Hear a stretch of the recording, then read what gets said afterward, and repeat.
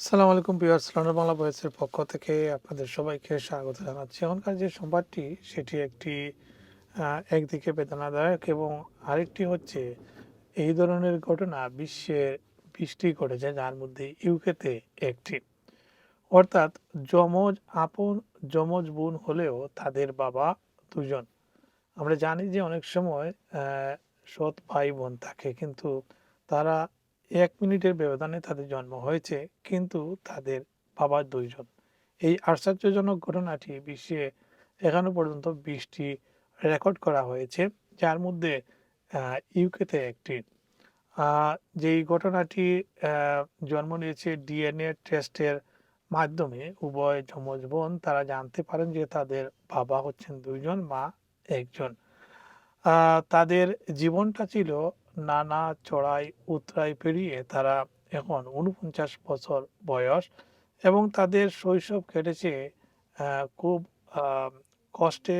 তারা ফস্টার কেয়ারে থেকেছেন এবং বারবার তারা মাতৃহারা ছিলেন। মা থেকেও মায়ের কাছে তারা থাকতে পারেননি। সেই আহ, যমজ বোনের কাহিনী বিবিসি তুলে ধরেছে। ২০২২ সালের সেপ্টেম্বর মাসে বাড়িতে বসে ডিএনএ টেস্ট পরীক্ষার ফল হাতে পেয়ে নাবি নাবিনিয়া প্রথম সত্য জানতে পারেন। পরে জানা যায় এটি একটি বিরল প্রক্রিয়া, যেখানে একই সময়ে দুইটি ডিম্বাণু ভিন্ন দুই পুরুষের শুক্রাণু দ্বারা আহ, নিষিক্ত হয়েছিল। যেটি আগে বলেছিলাম যে বিশ্বে এই ধরনের আম, ঘটনা মাত্র ২০টি ধরা পড়েছে। তাদের মা হয়তো দুইজন বয়ফ্রেন্ড ছিলেন, বা যাই হোক, যেভাবে হোক, তাদের সেই ফল হচ্ছেন এই আহ, দুই বোন। ৪৯ বছর বয়সী এই যমজ বোনদের শৈশব ছিল কঠিন। তারা বিভিন্ন সময় ফস্টার কেয়ার আত্মীয় স্বজনের কাছে বড় হয়েছেন। একে অপরেই ছিলেন তাদের একমাত্র ভরসা। তারা তাদের এক দাদি বা নানির কাছে বড় হয়েছিলেন। তিনি খুবই কঠোর ছিলেন এবং সবসময়ই তাদেরকে শাসনের মধ্যে রেখেছিলেন। এখানে যে বিষয়টি উঠে এসেছে, তারা বলছেন যে তারা দুই বোনই ছিলেন একে অপরের সহায়ক। তাদের আর কোনো অবলম্বন ছিল না। বাবার পরিচয় নিয়ে রহস্য ছিল। তারা যখন তাদের বাবার পরিচয় জানতে চাইতেন, তাদের মা বলতেন জেমস নামক এক ব্যক্তি হচ্ছেন তাদের পিতা, কিন্তু সেই জেমসের দেখা তারা কখনোই পাননি। মিশেলের আহ, আহ, তখন ডিএনএ পরীক্ষা দেখা যায় জেমস আসলে কারোরই জৈবিক বাবা নন। একসময় যে তারা ডিএনএ টেস্ট করেন, সেটিতে দেখা যায় যে তাদের মা যে জেমসের কথা বলেছেন, তারা তিনি তাদের বাবা নন। মিশেলের বাবা অ্যালেক্স, যিনি তার মায়ের এক পরিচিত ব্যক্তির ভাই। আর নাবিনিয়ার বাবা আর্থার, যার সঙ্গে পরে ঘনিষ্ঠ সম্পর্ক গড়ে ওঠে। নতুন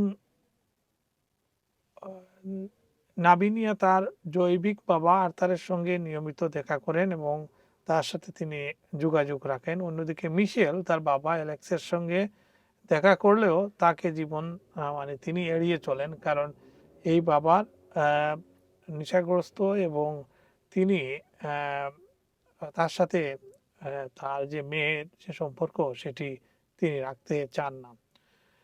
তাদের মা বেঁচে নেই। যেদিন আহ, নাবিনিয়া জানতে পারেন যে তিনি জেমস যে তার বাবা নন, তার বাবা আরেকজন, এবং তার যে বোন সেও তার একই বাবার সন্তান নয়। যেদিন জানতে পারেন সেদিনই তার মায়ের মৃত্যু হয়। সেটিও তাদের জীবনের একটি বড় ঘটনা।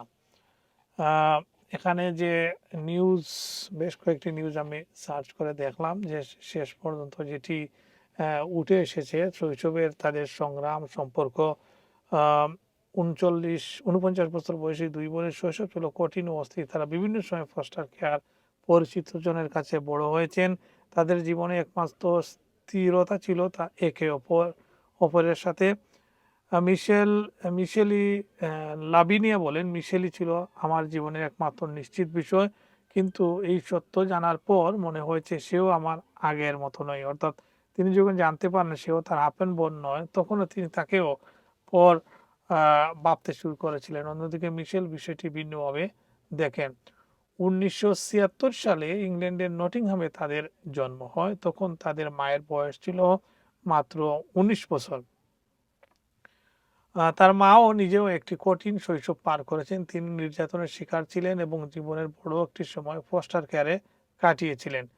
যখনই ২ বোন তাদের বাবার পরিচয় জানতে চাইতেন, তাদের মা সবসময় জেমস নামের একজনের কথা বলতেন, তবে তিনি কখনোই তাদের জীবনে উপস্থিত ছিলেন না।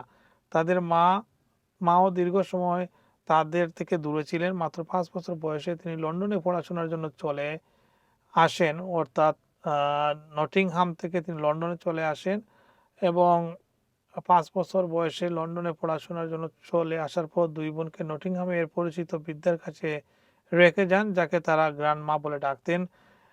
নাবিনিয়া বলেন, গ্র্যান্ডমা ছিলেন খুবই কঠোর, স্নেহশীল নন। আমার জীবনে একমাত্র স্থায়ী মানুষ ছিল মিশেল।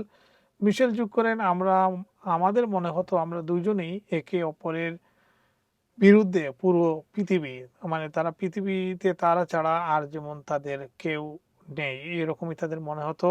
১০ বছর বয়সে তারা আবার মায়ের কাছে চলে আসেন লন্ডনে, কিন্তু কয়েক বছরের মধ্যেই আবারও তাদেরকে ফস্টার কেয়ারে পাঠিয়ে দেওয়া হয়।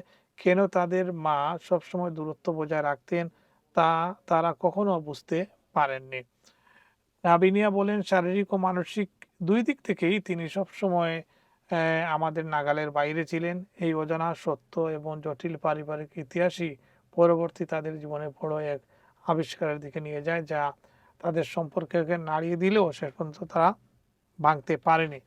অর্থাৎ তাদের মার আচার-আচরণ এবং তাদেরকে দূরে রাখা সবকিছু মিলিয়ে তাদের জীবনে অন্ধকারের মতো মনে হচ্ছিল এবং একসময় নাবিনিয়া তিনি ডিএনএ টেস্টের আ করান এবং আসল রহস্য উন্মোচিত হয়। এই ধরনের ঘটনা বিশ্বে খুবই বিরল। মাত্র ২০ টি ঘটনা এখনো পর্যন্ত লিপিবদ্ধ হয়েছে, যার মধ্যে একটি ঘটনা হচ্ছে ইউকেতে। আ যে মেইন বিষয়টি হচ্ছে, আমি নিজেও এই ১ম শুনলাম যে যমজ সন্তানের বাবা হতে পারেন ২ জন। বিষয়টি আশ্চর্যজনক হলেও বিজ্ঞানীরা বলছেন এটি সম্ভব। সবাইকে ধন্যবাদ।